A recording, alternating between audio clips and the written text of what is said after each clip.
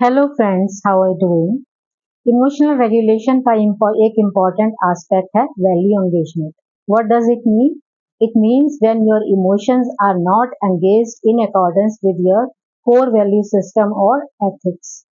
आपने जनरली कभी अपने रिलेशंस में या अपने फैमिली मेंबर्स को, अपने नेबरहुड में ऐसे लोगों को जो नॉर्मली कूल हेडेड रहते हैं, बहुत बैलेंस रहते हैं, और कई बार स्ट्रेसफुल सिचुएशंस में आपने उनको काफी ज्यादा परेशान होकर या बहुत ज्यादा गुस्सा करते हुए, रिएक्ट करते हुए देखा होगा. और रोड रेज के केसेस तो बहुत कॉमन है. उसमें भी आपने देखा होगा कि कुछ लोग जो नॉर्मली बहुत बैलेंस्ड सिविलाइज वे में बिहेव करते हैं, जब उनका कुछ रोड रेज का केस हो जाता है किसी के भी साथ, तो वो ऐसा बिहेव करते हैं कि everybody is taken by surprise. तो ऐसा क्यों होता है? Let's try to understand through one of the examples. Let's assume कि आप अपनी कार में कहीं जा रहे हैं. आपने नई कार खरीदी है, you are in good mood, you are singing while driving, और आप अच्छी तरह से सेफ ड्राइविंग कर रहे हैं by following all the rules of traffic. Suddenly पीछे से एक यंगस्टर आता है जो पीछे से सिग्नल तोड़ता हुआ आता है और आपकी कार को रॉन्ग साइड से बहुत स्पीडली ओवरटेक करता है कि ऑलमोस्ट आपकी कार को हिट करने से बच जाता है, बट आपकी कार पर हल्का सा एक डेंट आ जाता है. अब नॉर्मली जो आप कूल हेडेड रहते हैं, एक तो आपकी कार नहीं है और तो उस पर डेंट आने से बच गया, और आपका सबसे बड़ी बात, आपका एक्सीडेंट भी हो सकता था. तो आप अपना टेम्पर लूज कर देते हैं और उस टीनेजर को चेज करते हैं, उस यंगस्टर को, सॉरी, फॉर 10 to 15 मिनट्स.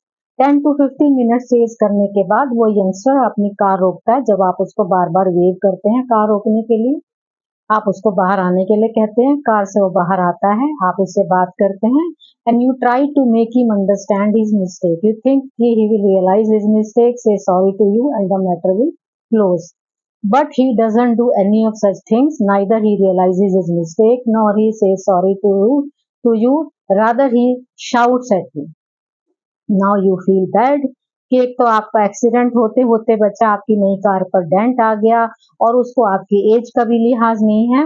तो you feel very bad and you almost also lose your temper and you also shout at him.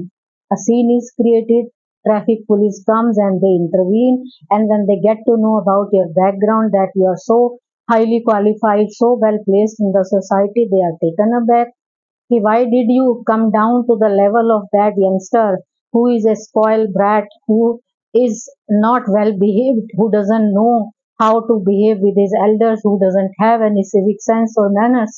You also realize your mistake and you say sorry to the policeman and come back in your car. Then you try to analyze why you behave that way. It's very normal, it's not nothing wrong. It can happen with anybody in such situations of stress and pressure.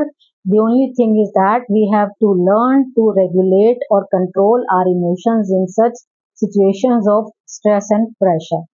This can be done by practicing meditation constantly and consistently.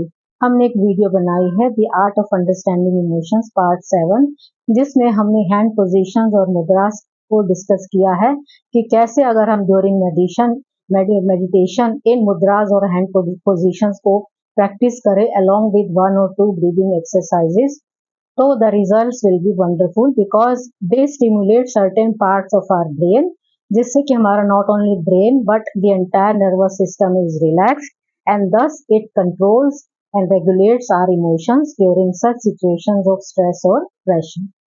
तो आप इसको video को देखिए और अपनी emotions को इन situations में, stressful situations में रेगुलेट करना सीखिए. And in case you feel that it's fetching you some result, positive result, kindly don't forget to share your feedback with us. Thank you. God bless.